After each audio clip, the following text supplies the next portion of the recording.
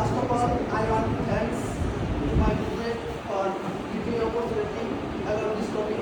My topic is start feeding.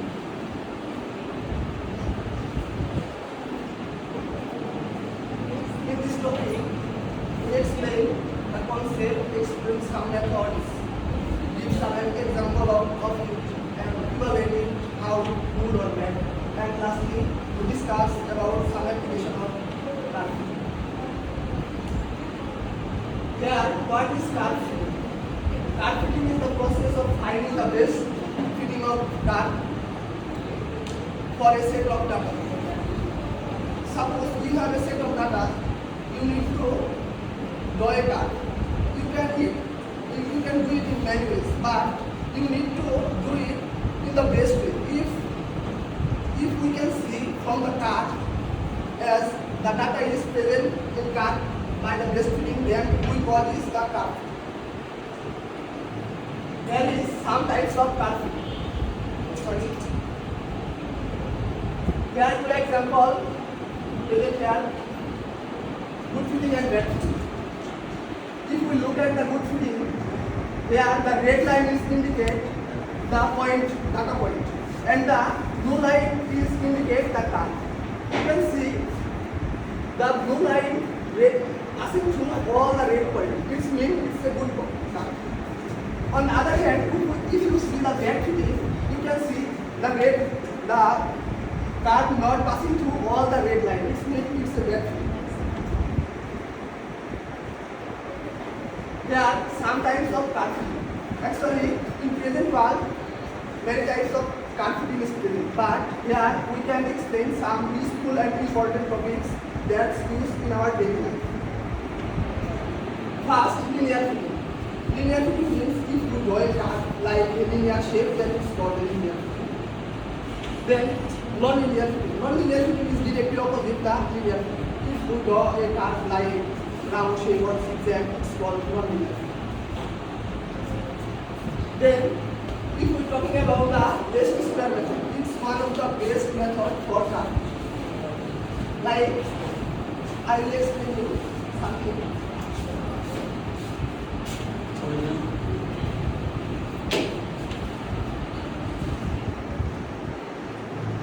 There are some point of data here, and here. You need to draw a card for through this data.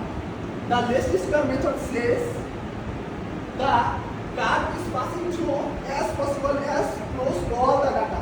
Like if I draw a card here, sorry for lining card there, you can see all the card passing through close to all the data. It means this is square method. Next, spline method. Spline method means if we draw a card, it's looking like shape spline or something card spline. And lastly, extrapolation and interpolation. See, if you're talking about extrapolation, I draw a card from here to here, but in present card we don't get the result. Then we need to extend the card from here to here.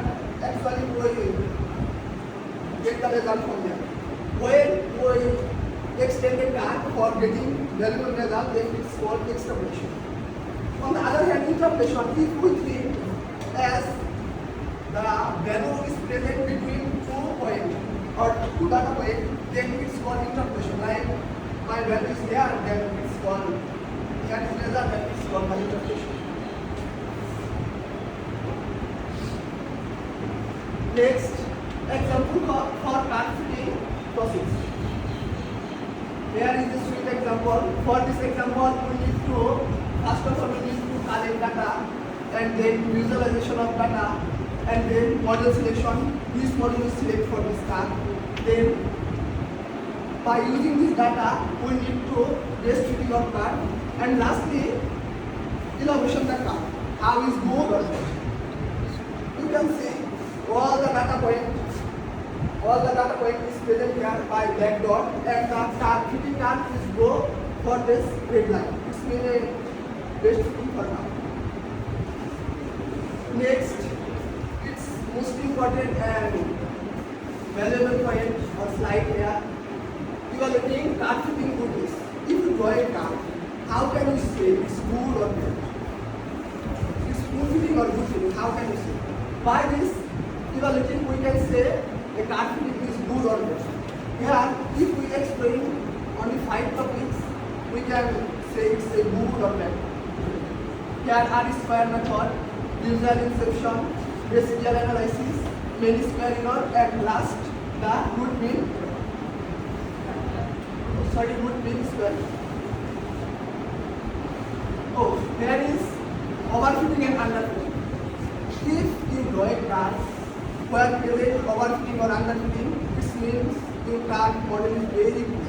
The card confidence is very good. So we should overcome the overfitting and underfitting. Let's explain what is overfitting or underfitting. If we are talking about overfitting, here the model gaps are very noise and high variance. On the other hand, the underfitting means the model is too simple and take high base. So we should need to overcome overfitting and underfitting for a good graph. Lastly, why use card fitting? Here, understand the data pattern. When we need to understand a long time data, then we need to card fitting, predict the future value. Sometimes we need to predict some future value, then we use card fitting. Then summarize data, we need to long data summarize for card fitting. And lastly, good applicability like science, engineering, and the economics. Here, summary of our presentation. You can think or say why I use here a brain or neural picture. Actually, it means what we memory about this presentation. Here, first of all, I shall explain what we can a graph showing the relationship between two variables.